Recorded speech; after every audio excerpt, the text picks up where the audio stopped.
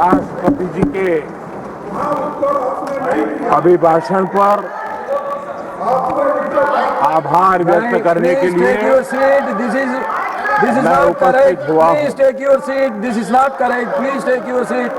No, no, no. Please take your seat. आप बैठिए please. आप बैठिए please. Prime minister is on his legs. Please आप बैठिए. प्लीज आप बैठिए.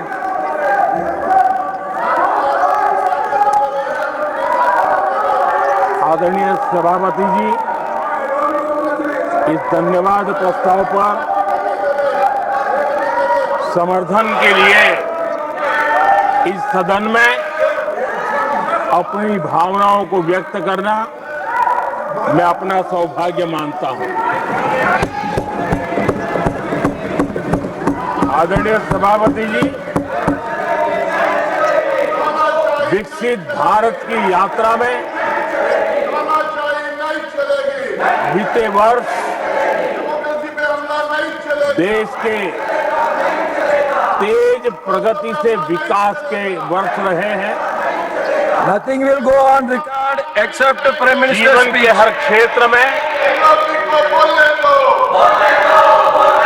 समाज के हर वर्ग को उनके जीवन में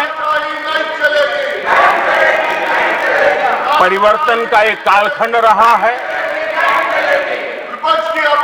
एक सही दिशा में तेज गति से देश आगे बढ़ रहा है। आदरणीय राष्ट्रपति जी ने बहुत ही बढ़िया तरीके से पूरी संवेदनशीलता के साथ उन्होंने This is not correct. इस You विषय please को sit to your seat. हम please. सबके सामने प्रस्तुत किया है। आदरणीय सभापति जी, मेरी एक प्रार्थना है, आदरणीय खड़गे जी की उम्र देखते हुए वो बैठ करके भी नारे बोल सकते हैं तो अच्छा होगा, ताकि उनको कष्ट न हो। पीछे नौजवान बहुत लोग हैं, तो खड़गे जी को No. आप बैठते बैठते भी When you are speaking, they are listening. You are नारे listening. बोलने की अनुमति दे दीजिए।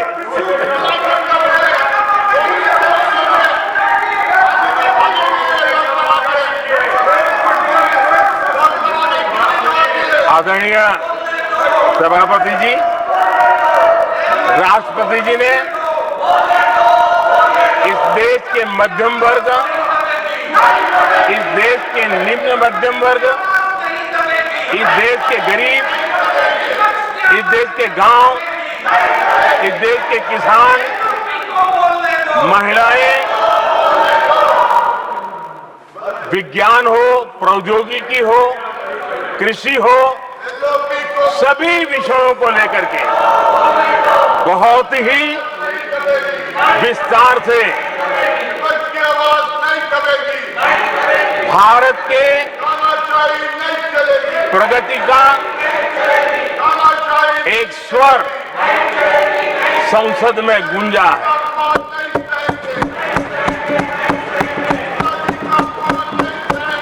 देश के नौजवान भारत के सामर्थ्य को कैसे आगे बढ़ा रहे हैं, इसकी भी विस्तार से चर्चा की है। हर वर्ग के सामर्थ्य को उन्होंने शब्दांकित किया है, और इतना ही नहीं, आदरणीय राष्ट्रपति जी ने भारत के उज्जवल भविष्य के प्रति एक विश्वास व्यक्त किया है। ये अपने आप में हम सबके लिए प्रेरक है। आदरणीय सभापति जी, 21वीं सदी का प्रथम क्वार्टर पूरा हो चुका है, लेकिन ये दूसरा क्वार्टर जैसे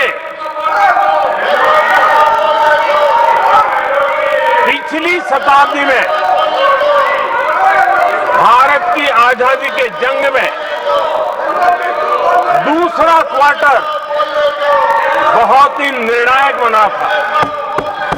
मैं साफ साफ देख रहा हूं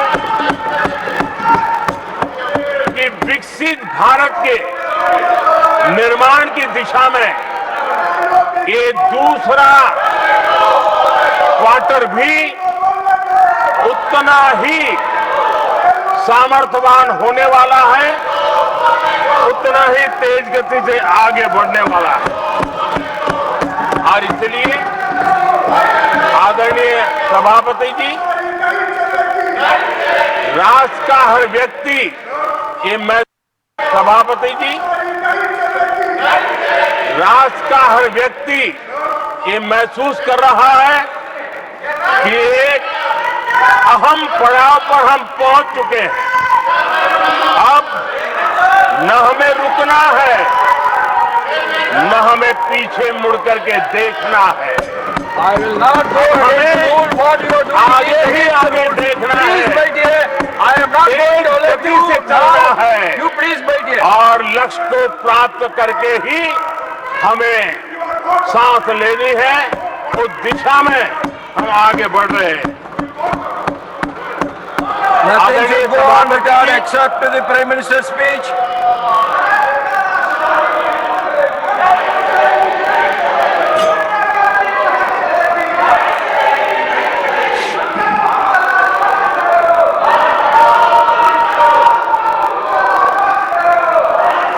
आदरणीय सभापति जी,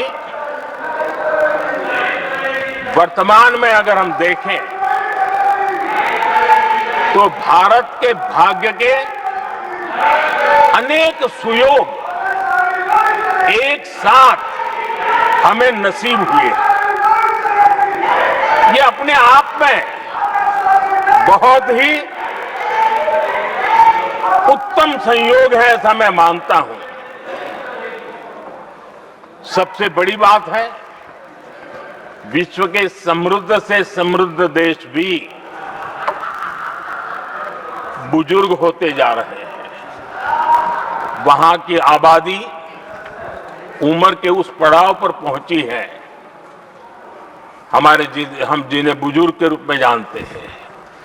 हमारा देश ऐसा है जो विकास की नई ऊंचाइयां छू रहा है। उसी समय दिनों दिन हमारा देश युवा होता जा रहा है, युवा आबादी वाला देश है। ये अपने आप में एक बहुत अच्छा सुयोग है। आदरणीय सभापति जी, दूसरी तरफ मैं देख रहा हूं जिस प्रकार से विश्व का भारत के प्रति आकर्षण बढ़ा है, और उसमें भी विश्व भारत की टैलेंट का महात्म्य समझ रहा है। हमारे पास आज दुनिया का बहुत ही महत्वपूर्ण टैलेंट पूल है, युवा टैलेंट पूल है, जिसके पास सपने भी हैं, संकल्प भी हैं, सामर्थ्य भी है। और इसलिए ये दूसरा सुयोग है। शक्ति का आशीर्वाद हमारे साथ है।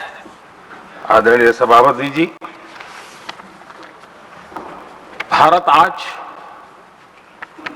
विश्व में जो चुनौतियां पैदा हो रही है, उन चुनौतियों का समाधान देने वाला एक देश आशा की किरण बना हुआ है, और हम समाधान दे रहे हैं। वैसा ही एक महत्वपूर्ण सुयोग है कि आज मेजर इकोनॉमी में भारत का ग्रोथ बहुत हाई है, और हाई ग्रोथ और लो इन्फ्लेशन ये बहुत ही यूनिक संयोग है, और ये हमारी अर्थव्यवस्था की मजबूती को प्रदर्शित करता है। आदरणीय सभापति जी, हम जिस गति से आगे बढ़ रहे हैं, जब हमें देश की जनता ने सेवा करने का मौका दिया, तब फ्रेजाइल 5 के रूप में ये देश जाना जाता था। जब हमें अवसर मिला तब देश आजाद हुआ, तब हम दुनिया में 6 नंबर की इकोनॉमी थे, लेकिन इन लोगों ने ऐसा एक हाल करके रखा कि 11 पे पहुंचा दिया। आज हम 3 पर जाने की दिशा में तेज गति से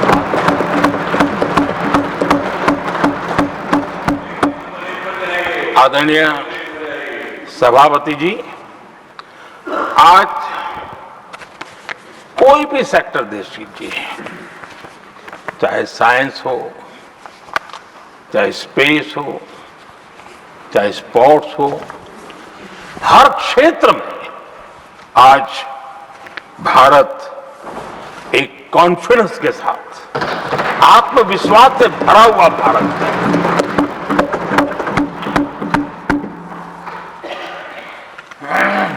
कोविड के बाद विश्व में जो स्थितियां पैदा हुई और ऐसी नई नई चीजें जुड़ती गई, आज दुनिया संभल नहीं पा रही है। ऐसे में साफ साफ नजर आ रहा है कि दुनिया एक नए ग्लोबल ऑर्डर की तरफ, नए वर्ल्ड ऑर्डर की तरफ आगे बढ़ रहा है। सेकेंड वर्ल्ड वॉर के बाद एक वर्ल्ड ऑर्डर बना था, अब एक नए वर्ल्ड ऑर्डर की तरफ विश्व बहुत तेजी से आगे बढ़ रहा है। और सबसे बड़ी खुशी की बात है, सारी घटनाओं का और राजनीतिक तरीके से निष्पक्ष भाव से विश्लेषण करेंगे तो झुकाव भारत की तरफ है।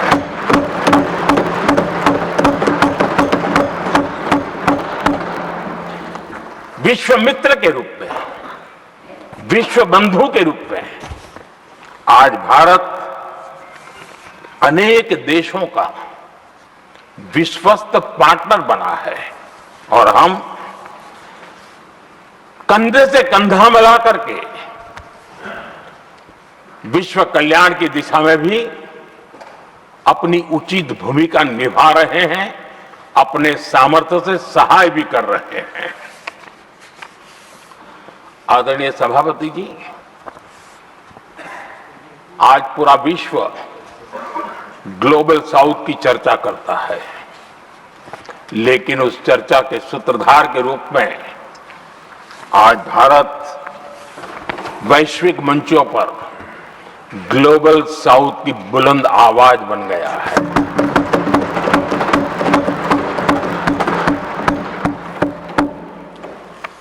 अनेक देशों के साथ आज Bharat future ready trade deals कर रहा है। पिछले कुछ ही समय में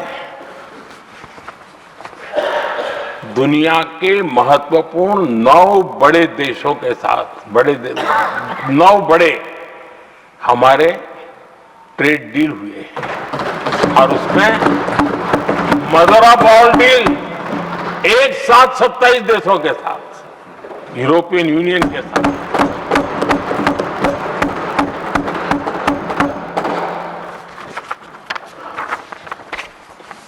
जो लोग थक गए,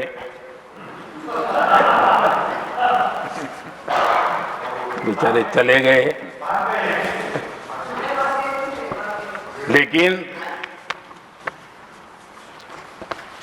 कभी न कभी उनको जवाब देना पड़ेगा कि देश की ऐसी हालत कैसे बना के रखी थी कि दुनिया का कोई देश हमसे डील करने के लिए आगे नहीं आता था। आपने कोशिश की होगी, पीछे बहुत चक्कर लगाए होंगे, लेकिन किसी ने आपकी तरफ देखा भी नहीं होगा। क्या स्थिति ऐसे पैदा की? दुनिया के देश ऐसे ही भारत के साथ डील नहीं कर रहे हैं। आदरणीय सभापति जी, इसके पीछे सबसे बड़ी बात, डेवलप कंट्रीज एक डेवलपिंग कंट्री के साथ डील करता है ना, वो अपने आप में भी अर्थ जगत के लिए एक बहुत बड़ा संदेश है। और मेरे लिए नई बात नहीं है। जब मुझे गुजरात में सेवा करने का अवसर मिला था तो मैं एक वाइब्रेंट गुजरात समिट करता था, और मेरे लिए गर्व की बात थी कि एक स्टेट, हिंदुस्तान का एक स्टेट, मेरी इस वाइब्रेंट समिट के partner country, develop country Japan हुआ करता था। एक राज्य ने सामर्थ्य दिखाया था, आज मेरा देश ये सामर्थ्य दिखा रहा है। ये तब होता है जब आपके पास आर्थिक सामर्थ्य हो, आपके पास आपके नागरिकों के अंदर, देशवासियों में एक ऊर्जा हो, और खास करके मैन्युफैक्चरिंग के लिए एक मजबूत इकोसिस्टम हो, तब जाकर के विश्व आपके साथ डील करने के लिए आगे आता है। वोट बैंक की राजनीति में डूबे हुए लोगों ने कभी भी देश के ऐसे अनेक पहलुओं पर मजबूती देनी चाहिए, ये कभी उनकी प्राथमिकता नहीं रही, और उसी का परिणाम है। और जहां तक कांग्रेस पार्टी का सवाल है, मैं साफ साफ कहना चाहता हूं, और मेरे शब्दों पे भरोसा नहीं तो मैं देश को, लोगों को कहूं कुछ मत करो, सिर्फ लाल किले से कांग्रेस के प्रधानमंत्रियों के जो भाषण है, सिर्फ उन भाषणों का एनालिसिस कर लो, आपको साफ साफ लगेगा कि न उनके पास कोई सोच थी, न उनके पास कोई विजन था, और न ही कोई इच्छा शक्ति थी। और इसका परिणाम है कि देश को इतना भुगतना पड़ा। आदरणीय सभापति जी, मैं कोटि कोटि देशवासियों का आभारी हूं। उन्होंने सेवा करने का अवसर दिया। हमारी काफी शक्ति उनकी गलतियों को ठीक करने में जा रही है। दुनिया के मन में जो उनके समय की छवि है, उस छवि को धोने में मेरी ताकत लगती है। ऐसा बर्बाद करके रखा हुआ था, और इस काम के लिए हमने फ्यूचर रेडी पॉलिसीज पर बल दिया है। और आज आपने देखा होगा, देश नीति के आधार पर चल रहा है, पॉलिसीज के आधार पर चल रहा है। एडोकिज्म को हमने त्याग कर दिया है, और उसके कारण विश्व का विश्वास बनता है। हमने रिफॉर्म, परफॉर्म, ट्रांसफॉर्म के मंत्र को लेकर के आगे बढ़े, और आज स्थिति ऐसी है कि देश रिफॉर्म एक्सप्रेस पर सवार हो चुका है।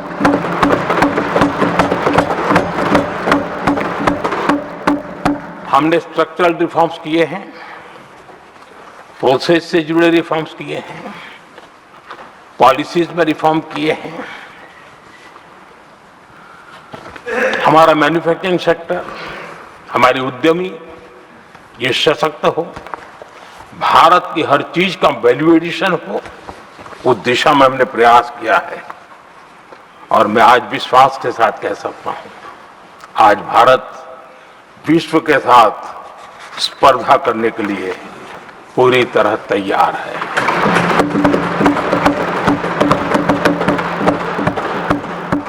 जब मैं विश्व के सीईओ फोरम की समिट देखता हूं, आज दुनिया हमारे उद्यमियों को समानता के रूप में देखती है। और जब पिछले दिनों सभी दलों के डेलीगेशन विश्व में गए थे, ये भाव उन्होंने भी अनुभव किया, और आकर के मुझे सभी दल के माननीय सांसदों ने अपने अनुभव बता रहे थे, बड़ा गर्व से कह रहे थे कि हाँ, बराबरी से बात हो रही है। ये हमारे लिए अपने आप में बात है।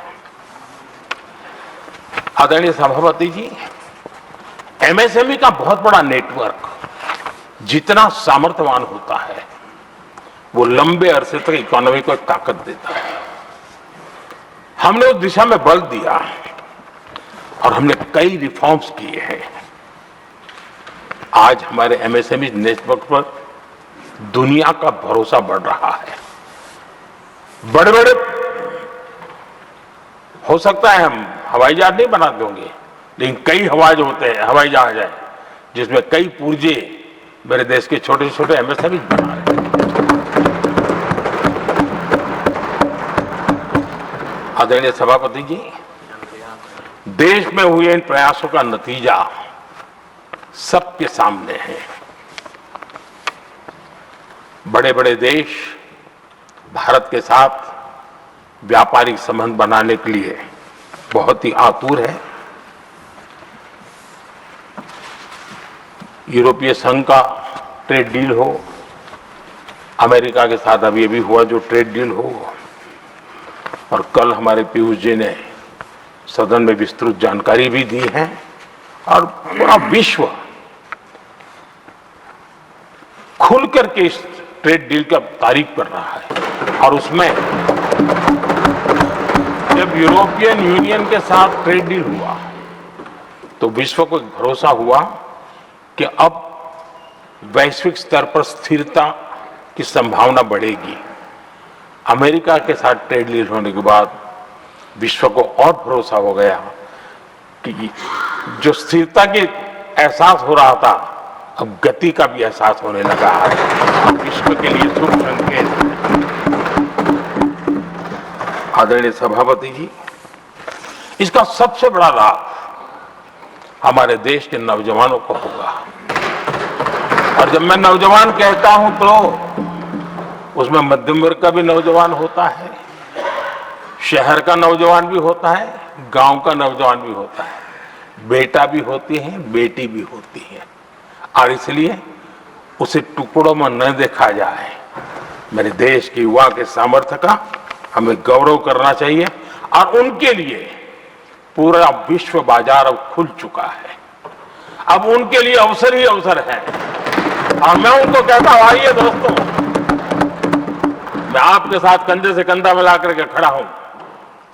हिम्मत कीजिए, बढ़िए। देश आपके साथ खड़ा है और दुनिया आपका स्वागत करने के लिए इंतजार कर रही है। आदरणीय सभापति जी, जिस प्रकार से दुनिया में हमारे युवा प्रोफेशनल्स की मांग बढ़ रही है, इवन केयर गिवर्स की मांग बढ़ रही है, हर कोई मिलता है हमें इस प्रकार के लोग चाहिए। इस प्रकार कुछ लोग तो अपना स्पेशल ऑफिस यहां बना रहे हैं तो रिक्रूट करने के लिए, योग्य टैलेंट की खोज के लिए। इसका मतलब हुआ कि भारत के प्रोफेशनल्स के लिए भी विश्व में बहुत बड़े अवसर बन रहे हैं। आदरणीय सभापति जी, ये संसद का उच्च सदन, ये एक प्रकार से राज्यों का प्रतिनिधित्व करता है। और जो चर्चा की बारीकियां मैंने देखी, मेरा मन कहता है कि थोड़ा स्तर इसका ऊपर होना चाहिए था, और वहां से तो ज्यादा होना चाहिए। वो तो कितने साल तक सरकारों में रहे हैं, वहां से जरा चर्चा का स्तर ऊंचा होना चाहिए था, लेकिन उन्होंने ये मौका भी गंवा दिया। देश उन पर कैसे भरोसा कर सकता है। आदरणीय सभापति जी, मैं कल एक माननीय सदस्य को सुन रहा था। यूं तो वो अपने आप को राजा कहलाने में बहुत गर्व करते हैं, लेकिन वे आर्थिक असमानता की चर्चा कर रहे थे। बताइए, जो खुद को राजा माने और वो आर्थिक असमानता की बात करे, तो लगता है कि क्या यही देखने के बाकी रह गए थे क्या। आदरणीय सभापति जी, हमारे टीएमसी के साथियों ने काफी कुछ कहा। जरा खुद को अपने गरिमा में देखें। निर्मम सरकार पतन के जितने भी पैरामीटर्स हैं उनसे रिकॉर्ड बनाते जा रहे हैं, और यहां उपदेश दे रहे हैं। क्या हाल करके रखा हुआ है। ऐसी निर्मम सरकार से वहां के लोगों का भविष्य अंधकार के अंदर डूब रहा है, लेकिन इनको कोई परवाह नहीं है। सत्ता सुख के सिवाय कोई आकांक्षा नहीं है, और वे यहां उपदेश देते हैं। घुसपैठ। दुनिया का समृद्ध से समृद्ध देश भी अपने यहां गैर कानूनी नागरिकों को बाहर निकाल रहा है। हमारे देश में घुसपैठियों को बचाने के लिए अदालतों को तब तक प्रेशर पैदा किया जा रहा है। मेरे देश का नौजवान कैसे ऐसे लोगों को माफ करेगा जो घुसपैठियों की वकालत करने के लिए ताकत लगा रहे हैं? और घुसपैठिए मेरे देश के नौजवानों के हक छीन रहे हैं, उनकी रोजी रोटी छीन रहे हैं, आदिवासियों की जमीन छीन रहे हैं। बेटे बेटियों के जिंदगी पर खतरे पैदा हो रहे हैं, लेकिन उनके लिए महिलाओं पर अत्याचार होते रहे। सत्ता नीति के सिवा कुछ करना नहीं, और वो यहां पर हमें उपदेश दे रहे हैं। और ऐसे चिंताजनक सभी विषयों पर आंखें मूंद करके बैठे हुए वो लोग हैं। एक हमारे माननीय सदस्य काफी कुछ बोल रहे थे, जिनकी पूरी सरकार शराब में डूब गई, जिनके शीश महल घर घर में नफरत का कारण बन गए, और शायद उनको ब्लैक शब्द ज्यादा पसंद है।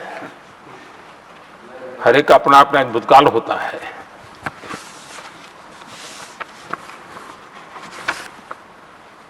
पता नहीं ब्लैक के साथ उनका क्या पुराना रिश्ता है। आदरणीय सभापति जी, ऐसे सभी साथियों से मैं आज जरूर कहूंगा,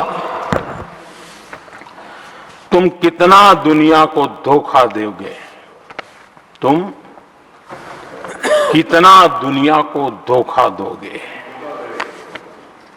आईना देख लिया तो अपनी सच्चाई कहां छिपाओगे।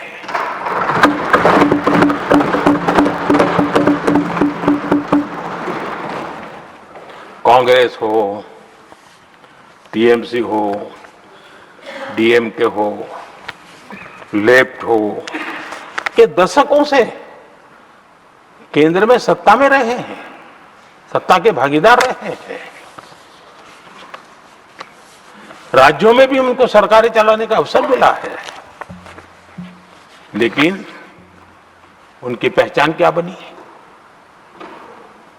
आज डील की चर्चा होती है तो गौरव से कहते हैं, तब डील की चर्चा होती थी तो बॉफोर्स डील याद आता था कि डील होते थे।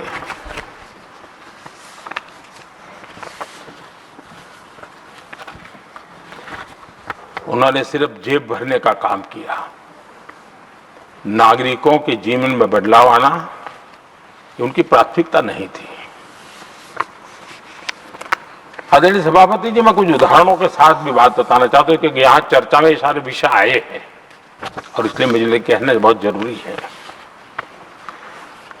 अब एक उदाहरण देता हूं मैं बैंकिंग सेक्टर का। बैंकिंग सेक्टर एक प्रकार से अर्थव्यवस्था की ग्रिड होता है। 2014 से पहले फोन बैंकिंग का कालखंड था।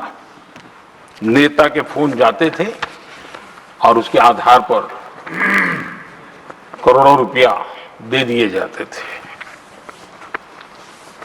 और गरीबों को तो बैंकों में दुत्कार मिलती थी, नफरत होती थी। देश की 50% से ज्यादा आबादी बैंक के दरवाजे तक नहीं देख पाई थी।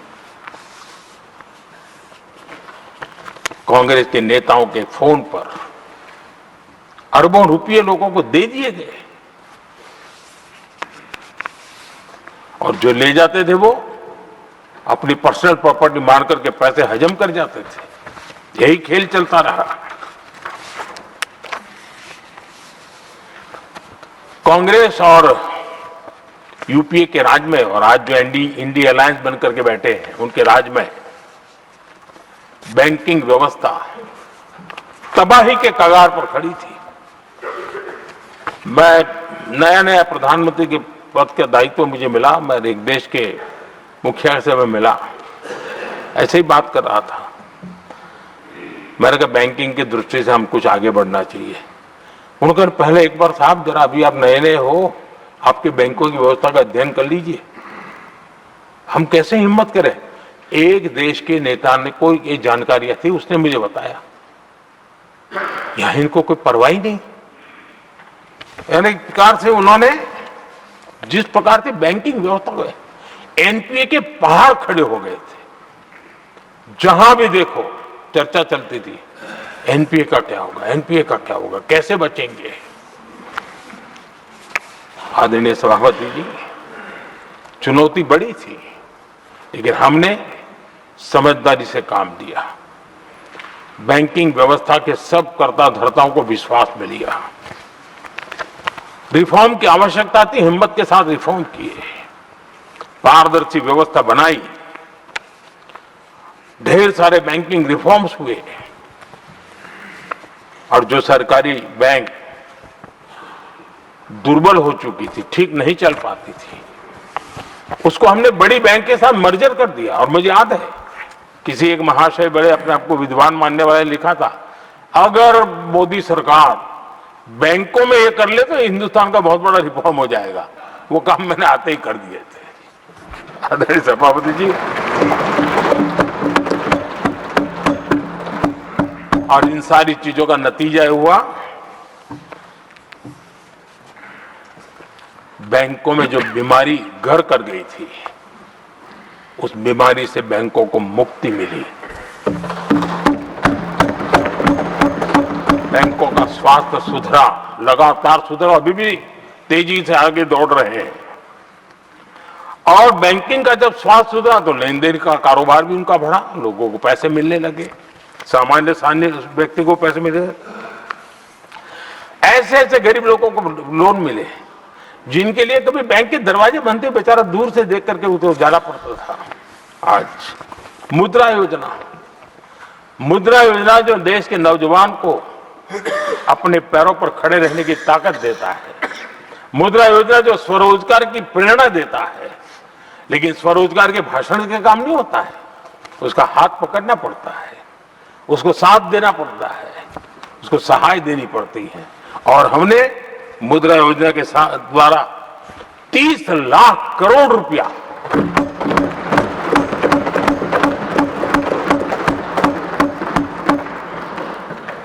$30 लाख करोड़ रुपए से ज्यादा लोन मुद्रा योजना के माध्यम से और बिना गारंटी देश के नौजवानों के हाथ में दिया और उन्होंने अपने कारोबार को आगे बढ़ाया। और गर्व की बात है, उसमें बहुत बड़ी मात्रा में माताएं बहनें भी हकदार बनी, लाभार्थी बनी।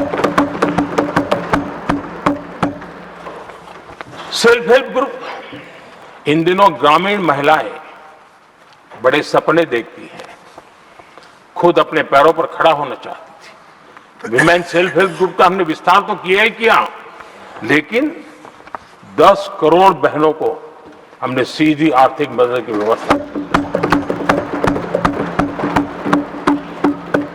हमारे एमएसएमई सेक्टर को हमने भरपूर लोन दी।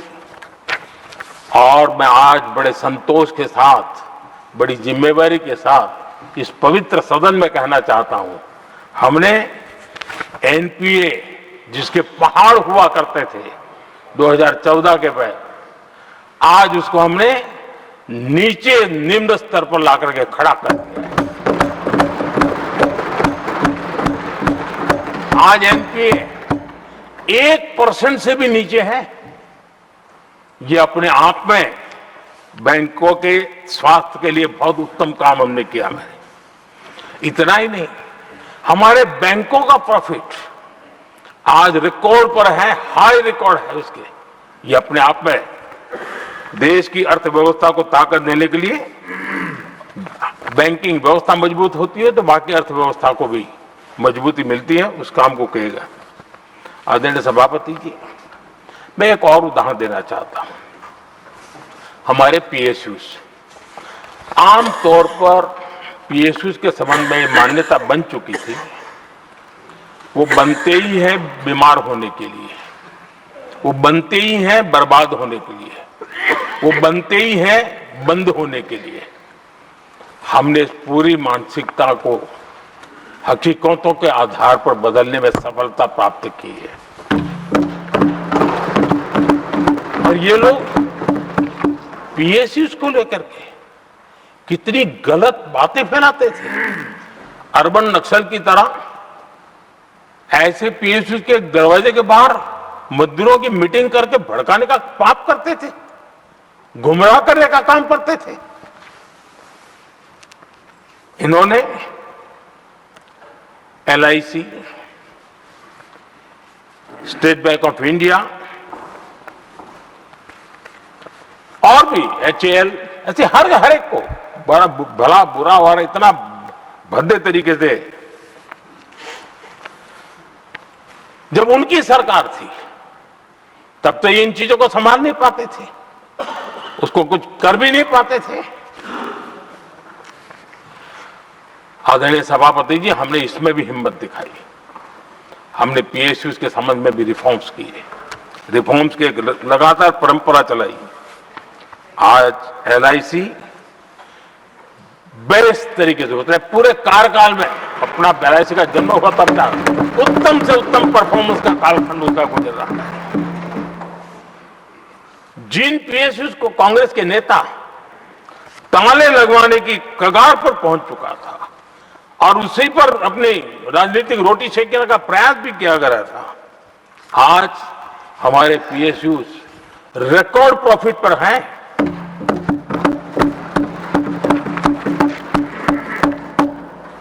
इतना ही नहीं, वे अपने परफॉर्मेंस से मेक इन इंडिया को भी गति दे रहे हैं। मेक इन इंडिया का जो सपना है उसका पूरा करने में वे भी एक बहुत बड़े कैटलिक एजेंट के रूप में आज भूमिका अदा कर रहे हैं। रिकॉर्ड संख्या में रोजगार बना रहे हैं। इतना ही नहीं, हमारे कुछ पीएसयूज आज विश्व के अंदर जा रहे हैं, विश्व में भी अपनी ताकत दिखा रहे हैं, विश्व के साथ जुड़ रहे हैं, दुनिया के कई देशों के विकास यात्रा में वो भागीदार बन रहे हैं। आज हमारे पीएसयूज को बहुत बड़े बड़े ऑर्डर देश से भी और देश के बाहर से भी मिलने लगे हैं। ये अपने आप में मैं जो कहता हूं ना, एक बहुत महत्वपूर्ण पड़ाव पर ये देश 25 साल है, उसका संकेत यहां नजर आता है। आदरणीय सभापति जी, कांग्रेस ने विश्वासघात करने के विषय में भी हमारे देश के अन्नदाता को भी नहीं छोड़ा। इस देश में 10 करोड़ किसान ऐसे हैं जिनके पास 2 हेक्टेयर से भी कम जमीन है, छोटे किसान हैं। उनकी तरफ कभी परवाह नहीं की गई, उनकी तरफ कभी देखा नहीं गया, नहीं उनके दिमाग में ये छोटे किसानों का कोई महात्म्य था। उनको लगता है कुछ बड़े लोगों को संभाल लिया तो गाड़ी चल जाएगी, और यही राजनीति करते रहे। आदरणीय सभापति जी, हमारे दिल में छोटे किसान के प्रति एक दर्द था। हम जमीनी हकीकतों से परिचित थे और उसी के कारण हम PM किसान सम्मान निधि योजना लेकर के और आप इतने कम समय में हमारे इन छोटे किसानों के खाते में 4 लाख करोड़ रुपया हमने दिया है। 4 लाख करोड़ रुपया आंकड़ा छोटा नहीं होता है आदरणीय सभापति जी, और उसने हमारे छोटे किसानों को एक नई ताकत दी है, नए सपने देखने का सामर्थ्य दिया है। और मुझे पक्का विश्वास है कि हमारा किसान उस दिशा में जरूर भारत की आशा अपेक्षा के अनुरूप परिणाम देगा।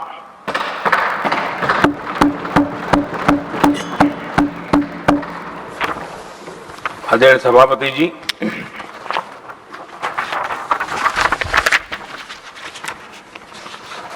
यहां कुछ साथियों ने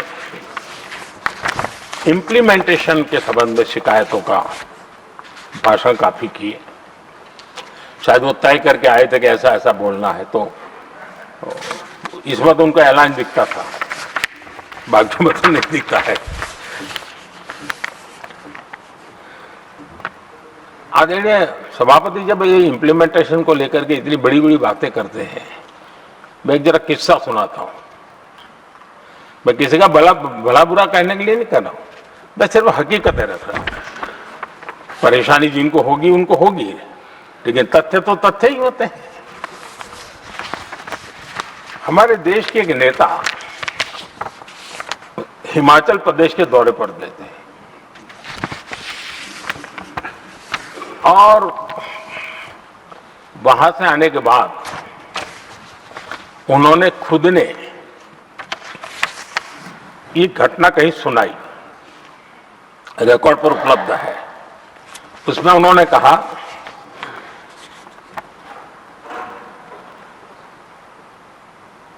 उस नेता ने क्या कहा, मैं उन्हीं के शब्द पढ़ रहा हूं। काफी लंबे समय तक मुझे योजना आयोग से संघर्ष करना पड़ा, क्योंकि वे पहाड़ी क्षेत्रों के लिए अलग योजनाएं बनाने को तैयार ही नहीं थे। मैं हिमाचल प्रदेश गई थी, जब मैं वापस आई तो मैंने योजना आयोग में कहा कि हमारे कामदारों को, वर्कर्स को जीप की जरूरत नहीं है, बल्कि खच्चरों की आवश्यकता है, ताकि कम से कम उन पर सामान आदि लादा जा सके। आगे उन्होंने कहा, लेकिन मुझे बताया गया हम पैसा तो जीप के लिए ही देंगे, क्योंकि खच्चरों के लिए पैसे देने की पॉलिसी नहीं है।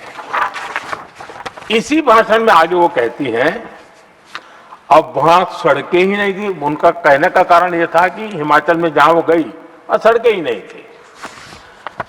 अब वहां सड़कें ही नहीं थी तो फिर उस पर जीप का क्या लाभ हो सकता है? जीप लेकर के कौन जाएगा जहां रोड नहीं है? लेकिन उस समय योजना आयोग का जोर था या तो जीप या तो कुछ भी नहीं। आदरणीय सभापति जी, ये भाषण किसी और का नहीं, ये कांग्रेस के वरिष्ठ नेता और तत्कालीन प्रधानमंत्री इंदिरा गांधी का भाषण है।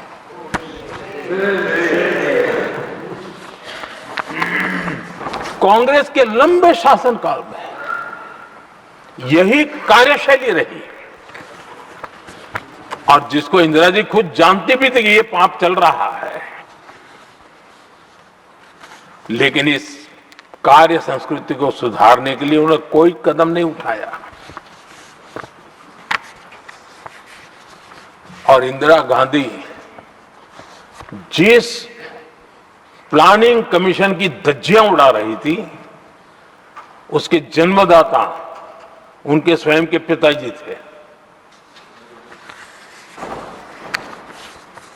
और प्लानिंग कमीशन को बना और इंदिरा जी ने जब कहा, उसके बीच में 2 दशक बीत चुके थे, लेकिन हाल यही था। और 2014 तक सब दुखी थे, सब परेशान थे, सब गलती देख रहे थे, लेकिन सुधार करने की तैयारी नहीं। 2014 के बाद जब आपने हमें मौका और कांग्रेस ने जिस प्रकार से प्लानिंग कमीशन अटकाना, लटकाना, भटकाना वाली कार्यशैली बना दी थी, 2014 में जब हमें मौका मिला तो हमने आकर के काम किया, प्लानिंग कमीशन को खत्म कर दिया और नीति आयोग को बनाया। आज नीति आयोग बहुत तेज गति से काम कर रहा है। अब देखिए एस्पिरेशनल डिस्ट्रिक्ट, वो भी एक बड़ा प्रेरक उदाहरण है। और मैं तो देख रहा हूं कि डेवलपिंग कंट्रीज के लिए, विकास के लिए एक मॉडल के रूप में वैश्विक संस्थाएं इसको अनुमोदन दे रही है। ये एस्पिरेशनल डिस्ट्रिक्ट की ये सफलता बनी है। देश के कई जिले ऐसे थे जिसको पिछड़े मान करके छोड़ दिया गया था, और वहां करोड़ों लोगों की जो मौलिक जरूरतें थी उसको भी नकार दिया गया था। उनको तो ऐसे ही जीने के लिए मजबूर कर दिया गया था। और जो पिछड़े इलाके थे वो और पिछड़े होते गए और बर्बादी आती गई। और हालत तो सरकार में ऐसी थी कि जब किसी को पनिशमेंट ट्रांसफर करनी होती थी, पनिशमेंट पोस्टिंग देना होता तो ऐसे ही जिलों में भेजा जाता था ताकि और खराब करे वो। ये हाल बन गया था, ये वर्क कल्चर बन गया था। हमने इस स्थिति को बदला। सबसे पहला आग्रह किया, यंग होनहार अफसरों को लगाया जाएगा और पूरा 3 साल का मौका उसको दिया जाए काम करने का। एक के बाद अब निर्णय किए। और आज देखिए किसी समय छत्तीसगढ़ का हमारा बस्तर एस्पिरेशन डिस्ट्रिक्ट में था, आज वो बस्तर पूरे देश में बस्तर ओलंपिक के नाम से चर्चा में है।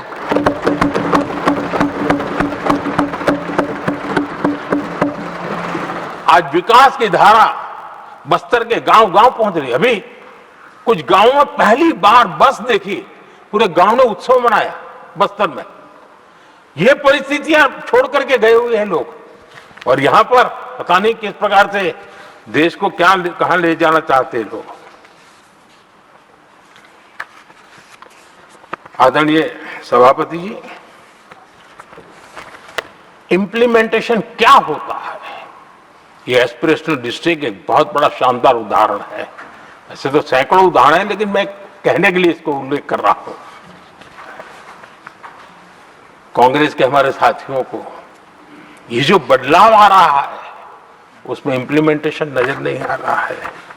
और उनका तो एक ही वो प्लानिंग कमीशन वाला मॉडल है, जीप और खच्चर वाला मॉडल, यही वो लोग जानते हैं, उससे आगे कुछ नहीं जानते। और ये इंप्लीमेंटेशन कैसे करते हैं, मेरा जन्म नहीं हुआ था उसके पहले सरदार वल्लभ भाई पटेल ने नर्मदा नदी पर बांध बांधने की कल्पना की। विषय तो पक्का हो गया, सरदार साहब नहीं रहे, खैर नेहरू जी ने शिलान्यास किया। अब इंप्लीमेंटेशन देखिए इनको। मेरा जन्म नहीं हुआ था जब इसकी कल्पना की गई थी, और प्रधानमंत्री बनने के बाद मैंने उसका उद्घाटन किया, यह हाल है।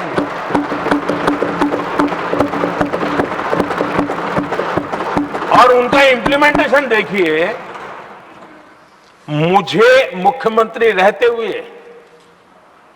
3 दिन अनशन पर बैठना पड़ा था नर्मदा सरदार सरोवर डैम के लिए, मेरे राज्य के किसानों के लिए। मैंने अपने आप को दांव पर लगा दिया था, तब जाकर के भारत सरकार को झुकना पड़ा, और तब जाकर के सरदार सरोवर डैम के कंस्ट्रक्शन को गति मिली।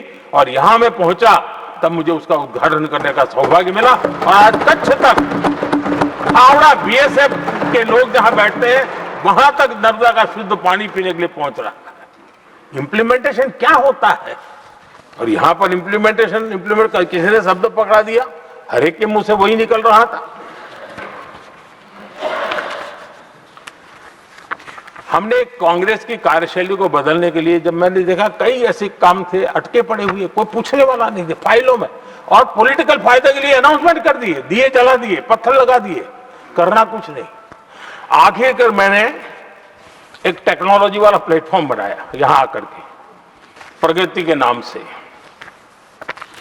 ये प्रगति प्लेटफॉर्म का मैं उदाहरण देता हूं, आप हैरान हो जाएंगे। मुझे एग्जैक्ट याद नहीं है, लेकिन शायद हिमाचल में एक ट्रेन उन्होंने पार्लियामेंट में घोषित की थी, शायद ऊना और कोई। मेरे आने तक वो कागज पर भी उसका ड्राइंग नहीं बना था, बताओ। और चुनाव जीतने के लिए वो घोषणा कर दी। प्रगति के अंदर मेरे सामने विषय आया, ऐसे कई विषय मेरे सामने आए, और उस प्रगति के अंदर हमने एक एक प्रोजेक्ट क्यों अटके हुए, कॉस्ट किस डिपार्टमेंट की काम में क्या मुसीबत आई है, किसने गलत तरीके से इसको आगे बढ़ाया, और बजट तो बढ़ता ही गया था। जो योजना 900 करोड़ में होनी थी वो 90,000 करोड़ तक पहुंच जाए, ये हाल करके रख दिया था इन्होंने। हमने एक टेक्नोलॉजी प्लेटफॉर्म बनाया, हर महीने बैठा, अभी मैंने 50वां एपिसोड पूरा किया उस मीटिंग का, और लगातार उस काम करते करते और संबंधित राज्यों को भी बिठाया, उनकी कठिनाइयों को भी समझा, उसके इम्प्लीमेंटेशन में कौन मिनिस्ट्री का परेशानी हो रही है, किस स्टेट की परेशानी हो रही है, किस कानून की परेशानी हो रही है, हर एक की बारीकी से देखा। और आज मैं गर्व से कह सकता हूं कि इस प्रगति के इम्प्लीमेंटेशन को बारीकी से प्रधानमंत्री के स्तर पर देखे जाने के कारण 85 लाख करोड़ रुपीस का काम को गति मिली। 85 लाख करोड़ रुपीस के काम आप कल्पना कीजिए, देश की कितनी बड़ी शक्ति को अनलॉक किया हमने। इंप्लीमेंटेशन कैसे होता है ये हमने करके देखा है। रेल हो, रोड हो, सिंचाई हो, ग्रामीण कोई व्यवस्था का काम हो, इन सारी चीजों को हमने इसमें लिया। अब जैसे जम्मू उधमपुर श्रीनगर बारामूला रेल लाइन, आज ये प्रोजेक्ट पूरा हुआ। और बर्फबारी में इन दिनों आपने देखा एक वीडियो बहुत पॉपुलर हुआ है, बर्फ के बीच में थे, चारों तरफ बर्फ की चादर छाई हुई है और वंदे भारत ट्रेन निकल रही है, और लोग कहते हैं गलती मत करना, ये तो विदेश है, ये हिंदुस्तान है, ये रील चल रहे हैं बाजार में।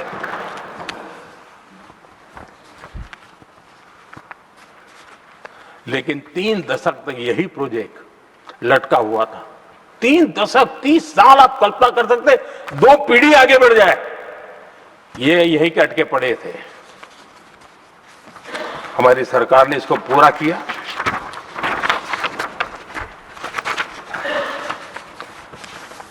आदरणीय सभापति जी, मैं असम की बात करता हूं, और कोई ये मत सोचो कि मैं चुनाव है इसलिए बोल रहा हूं। इनके पाप है इसलिए मुझे कहना पड़ रहा है।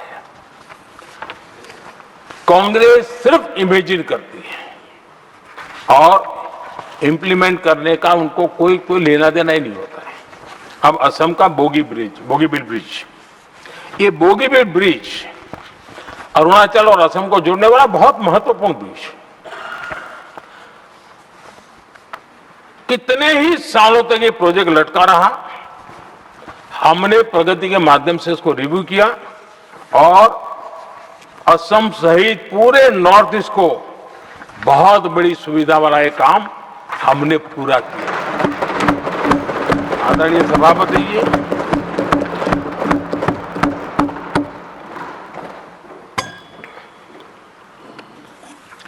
इंप्लीमेंटेशन की बातें जब करते हैं तो एक बार हमारे पास तो तथ्यों के साथ चीजें हैं कि हमने चीजों को समय पर पूरा करने की दिशा में आगे बढ़े। और इन दिनों तो जो काम कर रहे हैं समय से पहले हो रहा है। हमने पूरी दुनिया को कहा था कि हम 2030 तक यहां पहुंचेंगे सोलार में, हमने वो काम 2025 में कर दिया। हमने इथेनॉल का समय तय किया था, हम उसमें भी 2-3 साल पहले ही काम पूरा कर लिया। तो एडवांस में हम काम पूरा करने का, इंप्लीमेंटेशन की ताकत हमारे से उससे भी ज्यादा है। आदरणीय सभापति जी, भाजपा हो, एनडीए हो, हमारा अप्रोच, चीजों की तरफ देखने का हमारा दृष्टिकोण, समस्या के समाधान के लिए हमारी सोच और कांग्रेस के बीच में आसमान जमीन का अंतर है, बहुत फर्क है। मैं आपको उदाहरण देता हूं। हमारी सोच यह है कि 140 करोड़ देशवासी ये इतने सामर्थ्यवान हैं कि वह चुनौतियों को समाधान दे सकते हैं। ये हमारी सोच है, हमारा भरोसा है देशवासियों पर, उनके सामर्थ्य पर हमारा भरोसा है, और यही लोकतंत्र की भी सच्ची ताकत होती है। लेकिन कांग्रेस देशवासियों को ही समस्या मानती है। अब मैं इनका इतना बोल करके छोड़ दूंगा तो आज पता नहीं रात को उनको नींद नहीं आएगी और गालियां कल कैसी दे उसका प्लानिंग चलेगा। लेकिन मैं उदाहरण के साथ बताना चाहता हूं किस प्रकार से लोग सोचते थे देशवासियों के लिए।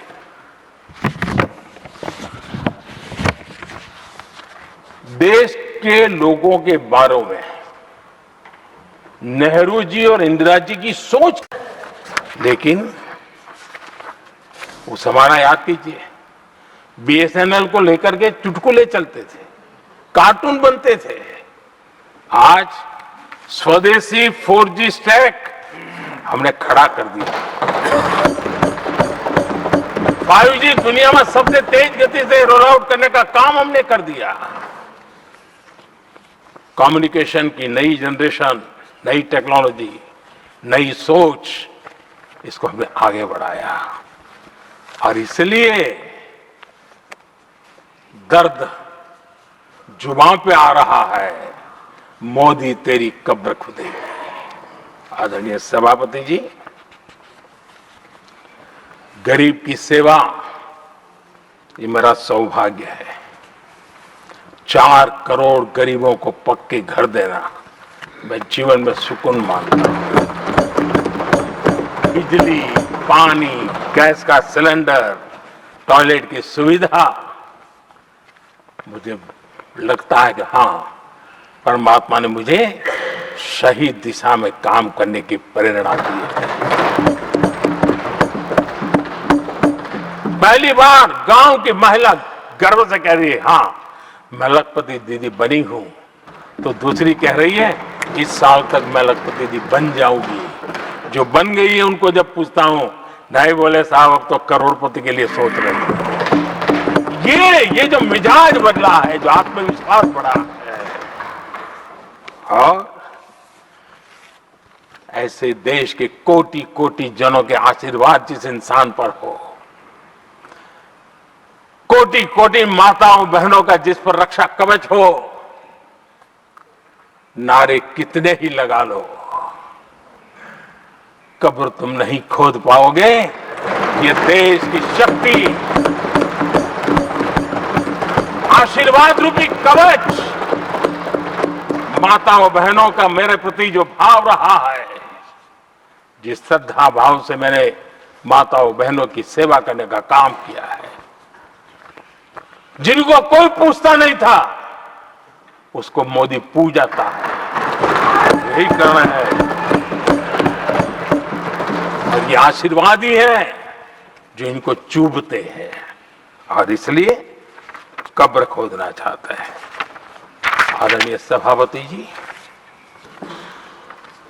चोरी करना जिनका पुश्तैनी धंधा है, जिन्होंने एक गुजराती की सरनेम भी चुरा ली,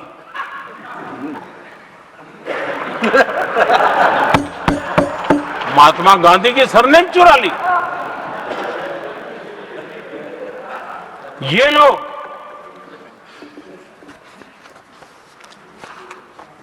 और देश की जनता इतनी समझदार कि ऐसी ऐसी पटक देती है, ऐसी पटक देती है लोगों को। आदरणीय सभापति जी, हम एक विकसित भारत का सपना लेकर के चले, और आज वो सपना देश के लोगों की ऊर्जा के कारण संकल्प में बदल चुका है। आज कहीं पर भी जाइए, हर कोई ये कहता है कि 2047 तक विकसित भारत बनना है, और मैं हैरान हूं, कुछ हमारे साथी सदन में इतने निराशावादी, इतने जमीन से कटे हुए लोग, बदलती हुई दुनिया से अनभिज्ञ लोग पता नहीं क्या बोल रहे हैं। वो कहते हैं हम मोदी अभी 2047 की क्या बोल रहा है, 2047 किसने देगा है? हमारे देश के लिए, आजादी के लिए जो लड़ते थे, जो फांसी के तख्त पर चढ़ जाते थे, जो लाठियां खाते थे, गोलियां खाते थे, जो काला पानी की सजा के लिए अंडमान निकोबार की सेल्यूलर जेल में जिंदगी बिता देते थे, लक्षावधि नौजवान अपने पढ़ाई का भविष्य का सोचे बिना, कोई परवाह किए बिना सिर्फ देश के लिए सोचने के लिए निकल पड़े थे। क्या उन्होंने कभी ये सोचा होता कि यार हमारे कालखंड में तो आजादी मिलेगी नहीं, कि मैं क्यों करूं? तो क्या देश कभी आजाद होता? ये इतने निराशावादी लोग हैं कि जब मैं डिजिटल इंडिया की बात करता था, मैं फिनटेक की चर्चा करता था, मैं यूपीआई की बात करता था, तो ये कहते थे अरे इस देश में गरीब आदमी मोबाइल फोन पर कैसे पैसों का कारोबार करेगा। 3 साल के भीतर भीतर देश ने दिखा दिया ये हो सकता है। और मैं हैरान था जिस दिन ऐसा भाषण संसद में हुआ, देश का मीडिया भी, में भी ऐसे लोग, उनकी जो इकोसिस्टम है वो नाच रही थी कि देखिए मोदी को तगड़ा जवाब दिया। मोदी ने जवाब नहीं दिया। आपके हाथ में मोबाइल फोन जब यूपीआई से चलता है, काम करता है ना, तो जवाब अपने आप मिल जाता है।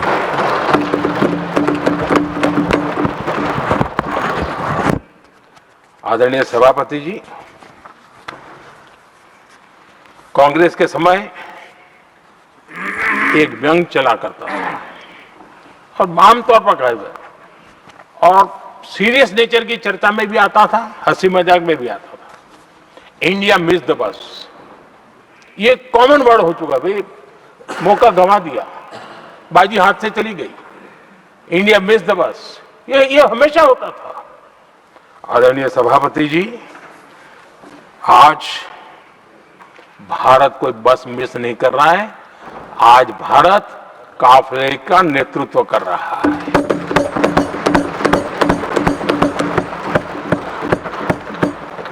आदरणीय सभापति जी, देश का भविष्य उज्जवल बनाना है, वर्तमान भी उज्जवल बनाने के लिए अविरत कार्य करना होता है। हम विकसित भारत के सपने के लाइट में 5 वर्ष की योजना बनाते हैं और हर वर्ष का बजट बनाते हैं और हम दिशा तय करके चलते हैं हम, क्योंकि हमारे लिए अगला चुनावी लक्ष्य नहीं होता है, हमारा लक्ष्य है 2047 विकसित। अरे चुनाव तो आएंगे जाएंगे,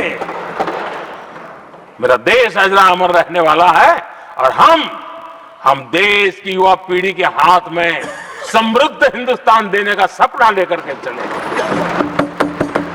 जिन बच्चे जो आज जो घर में बालक है ना, उनको भी मैं देख करके कर सोचता हूं कि मैं इसके हाथ में ऐसा हिंदुस्तान दे करके जाऊं ताकि हमें अपने काम का संतोष हो।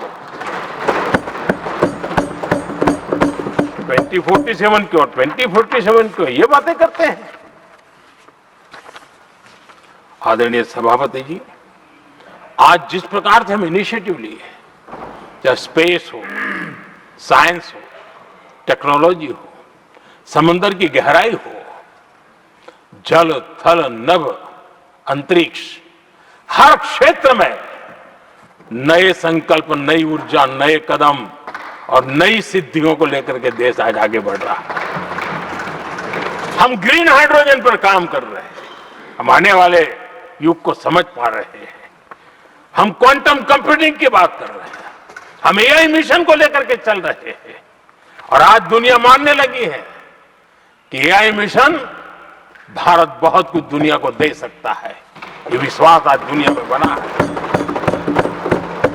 आज दुनिया में क्रिटिकल मिनरल, रेयर अर्थ राजनीतिक हथियार बन गया है। हम उस पर फोकस कर रहे हैं ताकि कभी भारत को किसी के पास हाथ फैलाने की नौबत ना आ जाए।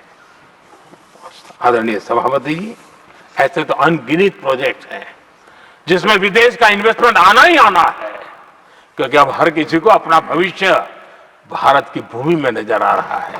हर किसी को अपना भविष्य भारत की टैलेंट के भरोसे नजर आ रहा है। हर किसी को भविष्य भारत के उज्जवल भविष्य के साथ खुद के उज्जवल भविष्य को जोड़ करके दिखता है। और इसलिए दुनिया आज भारत, विकसित भारत की बात हम क्यों कर रहे हैं, जिनके दिमाग में नहीं पड़ता है, दुनिया को समझ आ रहा है कि भारत ने सही दिशा पकड़ी है। चलो अब चर्चा वहां चल रही है कहीं हम बस न चुक जाए। कल तक चर्चा चलती थी इंडिया बस मिस करता है, अब दुनिया को लगता है अब हम लेट न हो जाए, वहां आने की स्पर्धा चल रही है। आदरणीय सभापति जी, आने वाला समय भारत के लिए अवसरों से भरा हुआ है, भारत के नौजवानों के लिए अवसरों से भरा हुआ है। भारत के उज्जवल भविष्य के लिए मैं पूरी संभावनाएं रेखांकित कर सकता हूं, मैं देख सकता हूं और उसके दिशा में नीतियां बनाकर हम आगे चल रहे हैं। हम इसको और मैं चाहता हूं, मेरे देशवासियों को निमंत्रण देता हूं और मैं देशवासियों को आज सदन से भी कहना चाहूंगा, मैंने मन की बात में भी इसका उल्लेख किया था मैं यहां पर सभी माननीय सांसदों से भी कहूंगा कि आप भी अपने अपने क्षेत्र में से लोगों को बताइए, जब दुनिया भर में इतने अवसर पैदा हुए हैं, उसको स्थायित्व तब मिलता है जब हम उत्तम प्रकार की चीजों को लेकर के जाए, हम क्वालिटी को कॉम्प्रोमाइज न करें। मुनाफा कम क्यों न हो, लेकिन क्वालिटी को हम निरंतर उत्तम करते जाएंगे। इनोवेशन करना पड़ेगा, करेंगे, रिसर्च करना पड़ेगा, करेंगे, प्रोडक्ट में मटेरियल बदलना पड़े तो बदलेंगे, लेकिन हम दुनिया में क्वालिटी की दृष्टि से उत्तम हो, तब जाकर के जो आज राजनीतिक दृष्टि से जो निर्णय होते हैं उसका बेनिफिट लेने के लिए हमने पीछे नहीं रहना चाहिए। मेरे देशवासियों से मैं आज यही आग्रह करूंगा कि आप क्वालिटी के विषय में मेरा साथ दीजिए, क्वालिटी में कॉम्प्रोमाइज ना करिए। आप देखिए, दुनिया सिर्फ और सिर्फ made in India, made in Bharat, made in India, made in Bharat, इसके लिए गीत गाने लग जाएंगी। आदरणीय सभापति जी, मैं कांग्रेस के मित्रों का भी आज आभार व्यक्त करता हूं कि कम से कम मुझे, उनको पता था, पहले प्रयोग कर चुके थे, पिछले 10 साल में मुझे 5-6 बार इस प्रकार से बोलने से रोका गया, लेकिन उनको मालूम था एक बार शुरू होता हूं तो रुकता नहीं।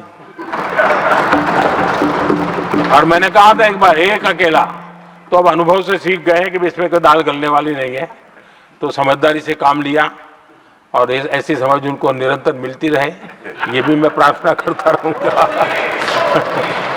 आदरणीय सभापति जी, मैं राष्ट्रपति जी के उद्बोधन में योगदान देने वाले सभी सांसदों का भी आभार व्यक्त करता हूं।